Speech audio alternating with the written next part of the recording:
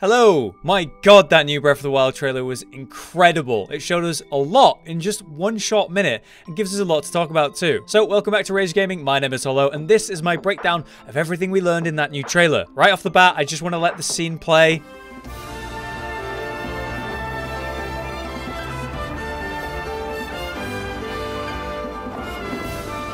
Just wow, man. The music, the visuals, the way Link looks. This is incredible. The scale of the Sky Islands appears way bigger than I imagined, and I'm really happy to see that. But let's first start from the beginning. The opening of the trailer gives us two very fast glimpses of two important scenes. Firstly, the strange dark tendrils are spreading from the screen. These should be familiar. We saw them in the original trailer as they were crawling up from below. In that same scene, there was also a hand with green energy of some sort and a runic gauntlet pressing down and holding seemingly dehydrated Ganon's corpse in the ground, sealing him. In the new trailer, we see those same dark tendrils suddenly enveloping Link's arm, corrupting and consuming him. With that, suddenly the corpse has risen in seeming celebration as it's no longer sealed. The result, well, poor Zelda falls down into the darkness here, and very quickly this spooky adventure into a cave went really bad. But that's it for the creepy stuff for the moment. Suddenly we're looking at this beautiful shot of Link falling from the sky above a floating island in the clouds. What I really appreciate about this trailer is how we move away from the creepy and dark stuff, like the original trailer, into sort of uplifting views and a sense of freedom, like the original. While the story certainly seems darker this time, there's still going to be a lot of life to this game and a lot of beauty. Anyway, we got a lot to say. Firstly, we're flying down to the new Sky Islands as we knew there would be. If you're unaware, Hyrule's land has been raised in many places. Huge chunks of land have started to float up and away, including Hyrule Castle, which leaves behind huge craters that revealed caves that were hiding secrets underneath. This shot is our first real look at one of the floating islands, and a major concern for the sequel is how we'd be playing on the same map, right? Well, wouldn't we know all the locations and kind of ruin the feeling of fresh exploration? Sure, they can do some new stuff with it, but will it be enough? Well, when we look at the scope of these new Sky Islands, well, I think that puts the worry to rest. This is certainly fresh. Next then, the new outfit that exposes Link's right side to the air, which looks rather tribal and warrior-like. He's got a loose look to him. His hair is much longer and flowing freely in the wind. This is a very different Link. Importantly, the result of what happened in that cave, the arm, is all messed up. It appears to have blackened his arm, and the skin that remains is chipped away. And you can actually see that it's affecting his torso slightly. Has it stopped, or is it still going and consuming him? Throughout the trailer, we never actually see this Link's face. Zelda isn't seen in the rest of the trailer either. If she fell down into the depths under Hyrule, then what the hell is Link doing up in the sky rather than being down there trying to help her? It makes you wonder, who even is this character we're watching? Throughout the trailer, we do see a very clear classic Link from Breath of the Wild 1. He's wearing the original hero's outfit, the trimmed and groomed hair and all that. The Sky Warrior Link appears very different.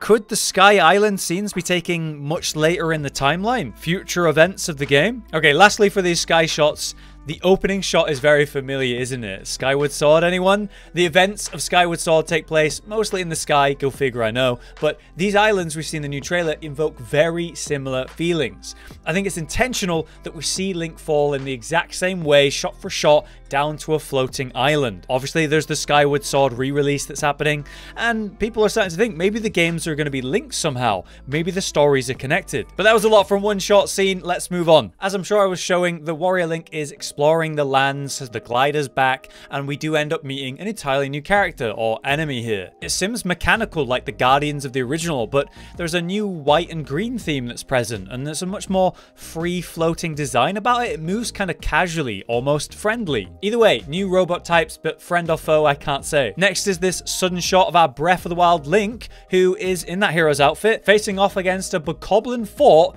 that is only bloody built on top of a living talus. Those big rock enemies that we fought around mountain areas. I think that's a really clever combination of two old mechanics, two old enemies, into something fresh and new and certainly more challenging. But moving on, we're going to jump into a very important cinematic next, apparently. Link's arm that's got that runic gauntlet around it. It's glowing green, and the nails at the end are longer, like a goblin, sharp on the ends. Is this some sort of possession? Either way, it seems like the arm that was sealing the body is now attached to Link in this moment, and it certainly did a number on the condition of his arm as we saw. If the arm was sealing Ganon, and therefore is helping us, what caused the red tendrils to free him? In the previous cinematic, we speculated that the Twilight Realm may be returning in this sequel, since the green spiral runes that are appearing above that hand are extremely familiar. Either way, something freed that corpse, and that was obviously bad news. And this new arm has given Link new powers, hopefully to stop what's happening. Speaking of new powers, here's classic Link with the Sheikah Slate, which has apparently been upgraded. With a new and improved magnetic ability from the Slate, it lets us project fire objects against the force of gravity without having to hit them multiple times first. It even shows the path of the object that it will take before it moves, linked together visually. Looks very effective, and I'm very much looking forward to seeing what speedrun people end up doing with that. And I'm sure there'll be other Slate upgrades in the game too, just not shown in this trailer. Also new in the next scene is that incredible flamethrower shield, which appears to be spewing out fire while blocking, which seems very effective against this monster, which is a new and terrifying worm enemy sprouting out of the ceiling of a cave. This is likely one of the new underground caves that should be all over Hyrule now. Like I said, probably accessed from the massive craters that were left by the land that floated into the sky. These new caves could be a way for them to put in some proper dungeons. You know, big, sprawling adventures, and I could see that in cave-based dungeons. That would be awesome. And importantly, this is introducing entirely new monsters in the case of this worm, and since the original didn't have a huge diversity of enemies, it's just good to see new ones. Moving on then, the very interesting shot of a puddle that seems to be going backwards. It's reverting into a drop of water and then shooting upwards, which then we suddenly see the Sky Warrior Link shooting upwards in the same way, straight into terrain, which he literally passes through like he's swimming, just hanging out there, taking in the views. That's very different. This is all done with a tinge of green to it, the same green as that gauntlet that was wrapped around Link's arm.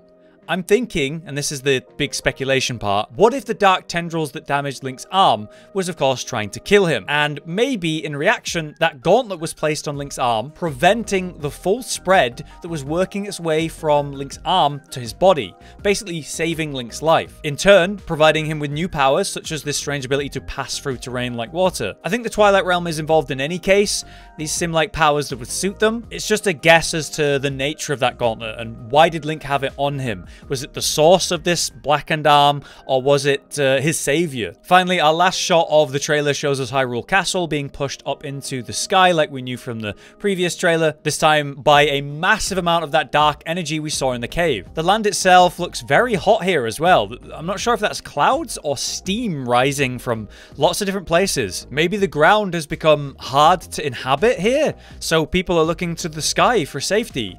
That would be very Skyward Sword if so. Maybe this is how they're connecting the timelines. Is this actually long before the events of Skyward Sword, but setting it up and eventually leading into that? But that's the trailer in its whole. The last thing we see is the release date, which shows 2022. No further details than that, sadly. We don't know if it'll be early in the year or late in the year, but hey, at least we know it's that year and it's coming, and that's a relief. It was a short trailer, but really satisfying, giving us a lot to talk about, a lot to think about. So do let me know your thoughts on my speculation today. Is the Twilight Realm involved? Are we seeing Link in the future during the sky scenes? Maybe, like some are saying, are they two different Links entirely? If you saw anything that I missed, let me know. Until next time though, I've been Hollow, you've been you. Thanks for watching. Josh, Cotton, and Hollow with the videos, dropping the humor like a hammer on your tippy toes, bringing entertainment on a daily arrangement to take our insanity and turn it into entertainment. Yes, I said entertainment twice, to reiterate that it is nice to look into your faces on a mostly daily basis when you let us in your homes to make the whole world a stage. Goodbye.